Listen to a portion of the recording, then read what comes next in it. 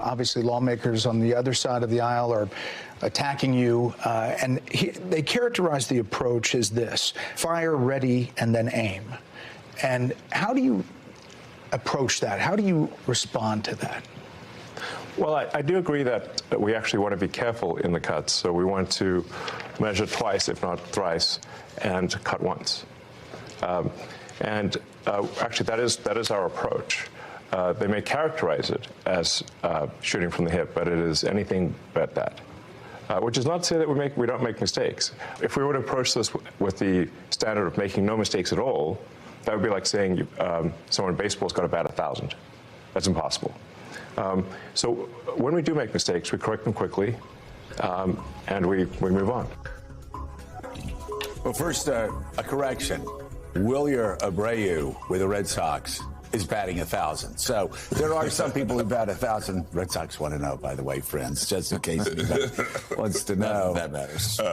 But what a difference a few months make, right? Mm-hmm. I mean, sitting there going, measure twice, cut once. This is Jim Vandehei, the guy that has the chainsaw, and going after. I mean, the biggest complaint that I think most people had early on was even some that believed there was waste, fraud, and abuse in the government it was just so indiscriminate. And they were getting rid of people that are trying to stop the bird flu from becoming a pandemic, right. Helping with nuclear safety. You go down the list. This is a positive development if this is where they're going. But to act like that this has been some well thought out, measured approach is just not believable. No, had they done that, they'd be in a much different place. Right? Oh, I think you talk to Republicans, they're like, it's been kind of sloppy and cruel, when in fact, probably a lot of American people agree with the direction they're going. Had they spent a month or two and done this more methodically, measured the right. programs that should be cut, articulated what they're cutting, give people appropriate notice, I think most people, and probably even a lot of Democrats, would be applauding a lot of the work that they do. But instead, they have a much bigger mess on their hands and probably don't get the uptick that they wanted from it. As we say in L.A., lower Alabama, when you're talking about waste, fraud, and abuse, that's like shooting catfish in a barrel. Gee. Exactly. Yeah. This is easy stuff, and for them to mess it up the way they did again, because Elon Musk has an approach that's always worked for him. Just go into a company, and break it, rebuild it in his image, go. And some CEOs do it that way. Jack Welch would fire 10%, of what he considered to be the bottom performers. I'm not comparing their approaches, but what works in government, and I learned this my first day in Washington, D.C., is not what works in corporations. And that's why CEOs time and time again swagger into this city and after 6 months throw up their arms and go home. Yeah, government is actually not a business. It should run more efficiently. There's business-like characteristics about government management that could be applied and should be applied, but it's not a business, not the same thing. And so what is measuring twice about coming in and offering this buyout? Right. Willy-nilly to federal employees across the board? What is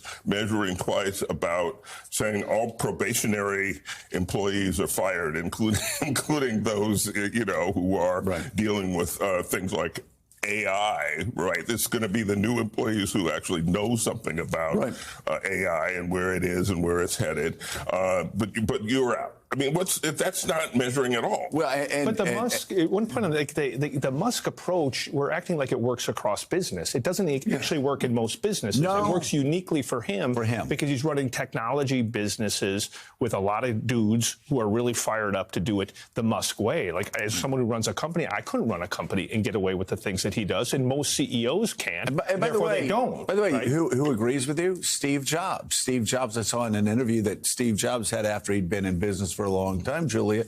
He said, what's the lesson you learned? He said, I learned I have to be more patient with people.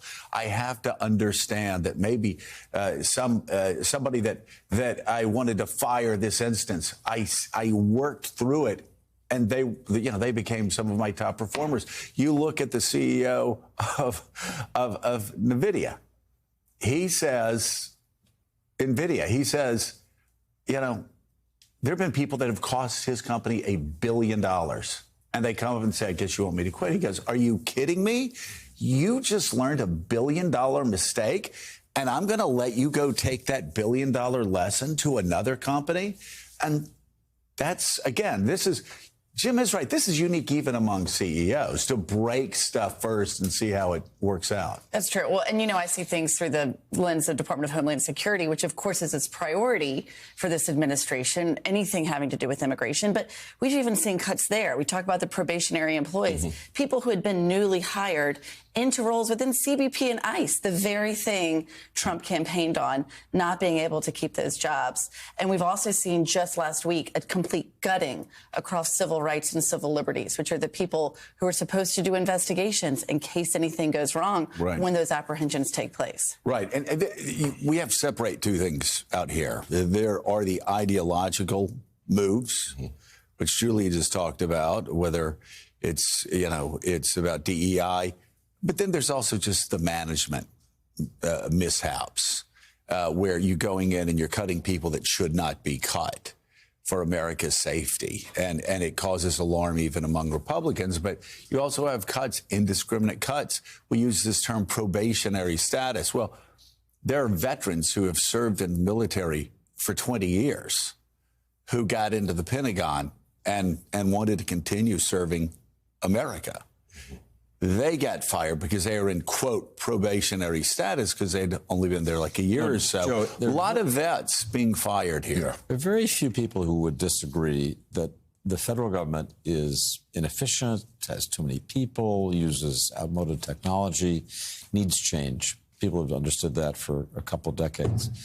But it doesn't need change with a chainsaw. I mean, that was a pretty good metaphor for how Elon Musk is behaving. It needs change that's thought through carefully, done with a mind of not hurting the most vulnerable people. That's one of the things that bothers, I think, many of us the most. The people who are really going to pay the price here are the ones who can't afford it. And especially, speaking of vets, the cuts at the VA, especially horrifying to me, because even when I was in town here, the VA was one of the least responsive agencies, one of the most bureaucratic agencies. Vets would say they would engage in what they called the slow roll, where they would just grind them down.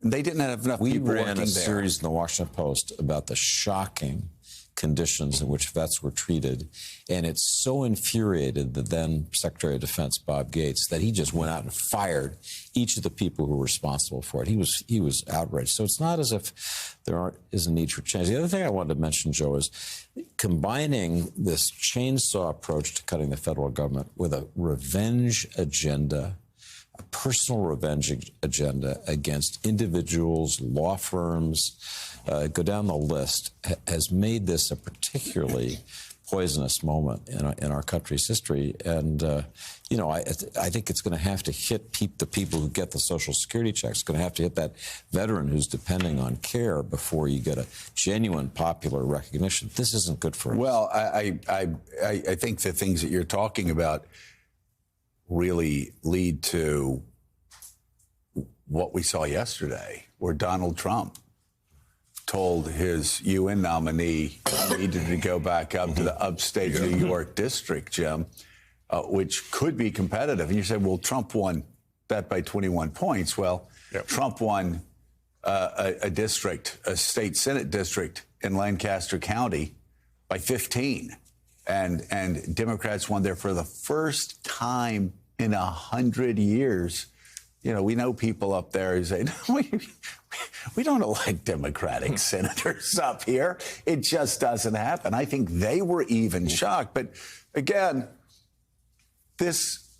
we've all seen this. We've all been here long enough. This is what happens when you overreach.